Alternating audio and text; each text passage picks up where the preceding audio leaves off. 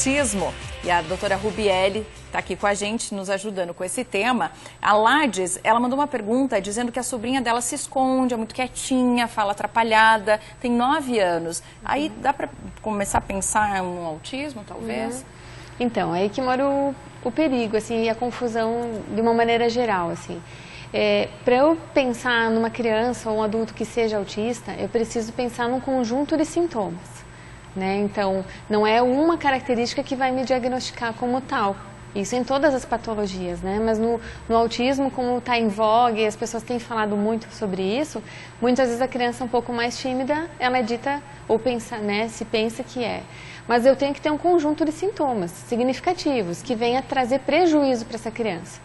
Então, por exemplo, uma criança que está lá em casa e outra criança chega e ela sai de perto, ela se interessa muito mais pelo objeto do que aquela criança que está ali para trocar, para brincar, para correr, para dar risada, né? Aquela criança que te pega, um dos sintomas mais simples e comuns é pegar o adulto pela mão e levar até o objeto. As pessoas antigamente achavam muito que a criança autista não é afetiva. Ela é. Ela tem o toque, ela gosta do beijo, ela é carinhosa. Então isso já caiu por terra. A gente vê a questão do não carinho, não interessar-se pelo toque físico, num grau um pouco mais severo.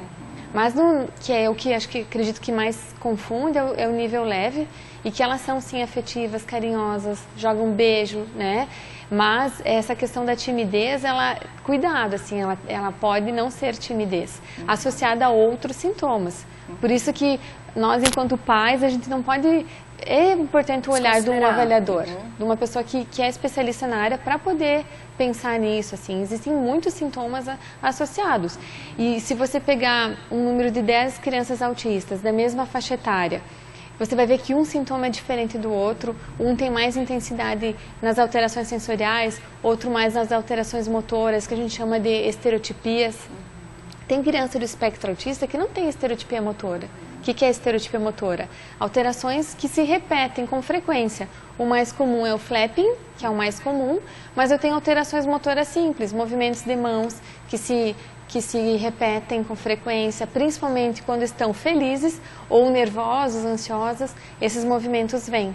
Então, estereotipias motoras. Essa era uma questão aqui da Cat Andrade, que está com a gente pelo Facebook. Agora, Rubielli, para a gente encerrar, a Terezinha do bairro Paraíso, ela disse que gosta muito do Ver Mais. Obrigada, viu, Terezinha? Ela disse que tem um filho especial que estuda no CAP e ele tem colegas autistas. Então, ela percebe que cada um tem o seu limite, né? Isso. E a gente precisa respeitar isso, porque eles são agitados, às vezes eles têm uma movimentação diferente, né? É bem importante isso, precisa sim.